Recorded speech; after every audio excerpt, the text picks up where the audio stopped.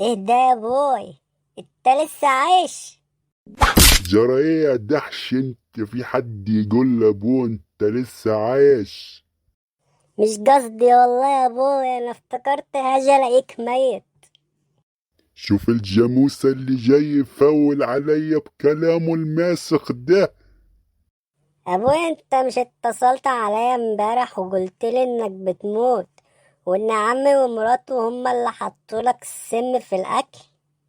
وديني لسه عايش اهو، ولا هتتمنى موتي ولا ايه؟ يا بوي انت مش قلت لي في التليفون خد بطارك من عمك عشان هو اللي حطلي السم في الاكل؟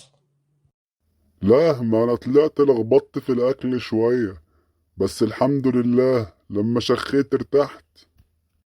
يا بوي انت خلتني قتلت عمي وقطعت ودان مرات عمي وجبتها لك في برطمان صلصة اهي. وانت يا جاموسة اقول لك تاخد بالطار تروح تقتل عمك، مش تستنى تسمع باقي الكلام؟ يعني انا ضيعت مستقبلي وبوظت حياتي عشان انت لخبطت في الاكل شوية؟ عشان جاموسة زي امك.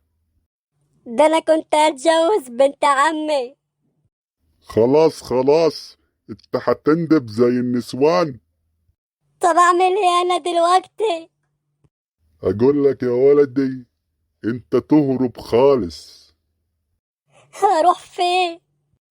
انت تنزل على اسكندرية تتوه هناك، وهات الودان دي انا هتويها. صدق اللي قال يعملوها الصغار ويقعوا فيها الكبار.